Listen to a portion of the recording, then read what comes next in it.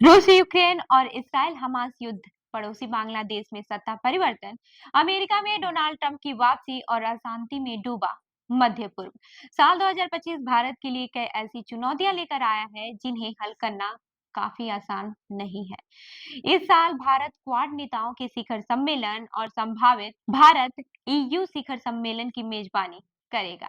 वहीं प्रधानमंत्री नरेंद्र मोदी एसयू शिखर सम्मेलन में चीन की यात्रा कर सकते हैं।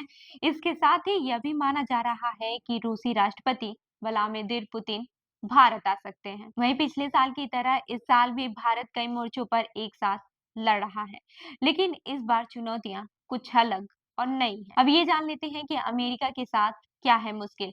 20 जनवरी 2025 को डोनाल्ड ट्रंप अमेरिकी राष्ट्रपति पद पर शपथ लेंगे।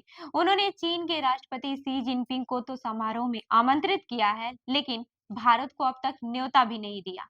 भारत अमेरिका संबंधों में हाल ही के महीनों में खालिस्तानी नेता गुरपतवंत सिंह पन्नू की हत्या की कथित साजिश और भारतीय खुफिया एजेंसी रॉ से जुड़े आरोप तनाव का कारण बने हैं। वहीं विकास यादव और निखिल गुप्ता मामले में भी अमेरिका अधिकारियों के दावे से स्थिति उलझी हुई है। इसके अलावा भारतीय कारोबारी गौतम अडानी पर भी लगे रिश्वतखोरी के आरोप ने भारत की राजनीति में हलचल मचा दी है। H1B वीजा पर ट्रंप का रुख भी भारत के लिए अहम साबित होगा, लेकिन ट्रंप का कार्यकाल भारत अमेरिका के रिश्तों की दिशा तय करेगा। अब ये जान लेते हैं कि कनाडा से रिश्तों में क्या सुधार है। हरदीप सिंह निज्जर की हत्या के बाद से भारत और कनाडा के रिश्ते 2023 से बेहद नाजुक दौर में हैं।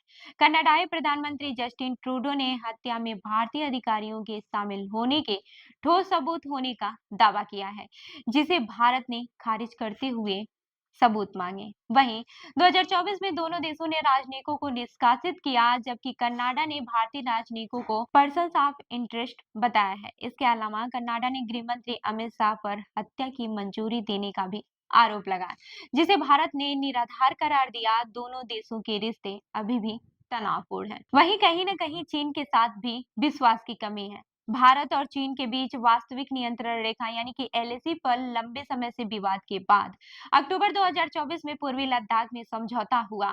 देपसांग और डेमचोक जैसे गतिरोध बिंदुओं से सैनिकों की वापसी और गश्त की योजना बनी। हालांकि यह स्पष्ट नहीं है कि भारतीय सैनिक 2020 के गश्त बिंदुओं तक जा पाएंगे।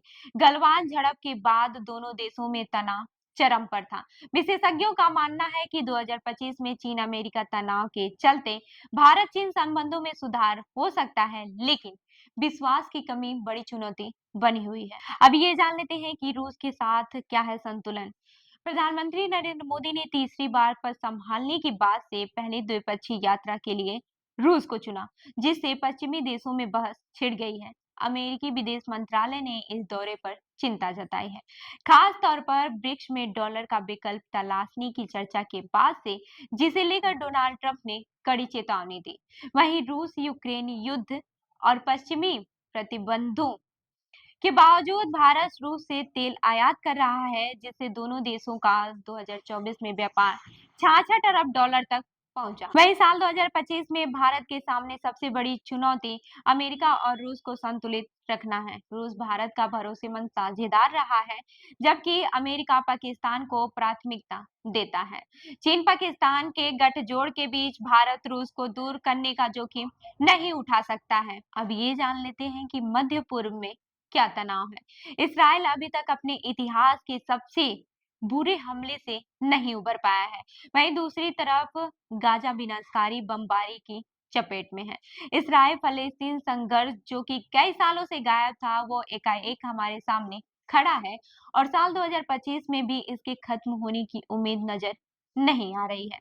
हालांकि डोनाल्ड ट्रंप ने अपने चुनावी अभियान के दौरान कहा था कि सत्ता में आने के बाद से वे युद्ध रुकवा देंगे। इस युद्ध में 41,000 से ज्यादा फलस्तीनियों की मौत हुई है और करीब 20 लाख लोग गाजा छोड़कर दूसरी जगह आश्रय लेने के लिए मजबूर हुए हैं। वहीं दूसरी तरफ संघर्ष के पहले दिन यानी कि 7 अक्टूबर 2023 को 1200 से ज्यादा इस्राएली नागरिक मारे गए थे। तब से लेकर अब तक इसराइल अपने 350 से ज्यादा सैनिकों को गंवा चुका है। ईरान समेत मध्य पूर्व के कई देश इस युद्ध में शामिल हो चुके हैं और इस युद्ध को रोकने के अमेरिकी प्रयास भी साल 2024 में सफल नहीं हो पाए हैं। विदेश मामलों के एक्सपर्ट कमर आगा का कहना है कि मध्य पूर्व में अगर अस्थिरता बढ़ती है तो भारत के लिए 2025 मुश्किल भरा साबित हो सकता है। वह कहते हैं कि इस्राइल बार-बार कह रहा है कि वह ईरान से न्यूक्लियर षड्यंत्रों पर हमला कर सकता है। अगर ऐसा हुआ तो भारत की तेल सप्लाई बुरी तरह से प्रभावित होगी और इसका असर आम जनता पर दिखेगा। तो इस खबर पर क्या है आपकी राय हमें ज़रूर बताएं। मैं हूं रूबी आपके साथ और आप देख रहे हैं जनदर्पण न्यूज। धन्यवाद।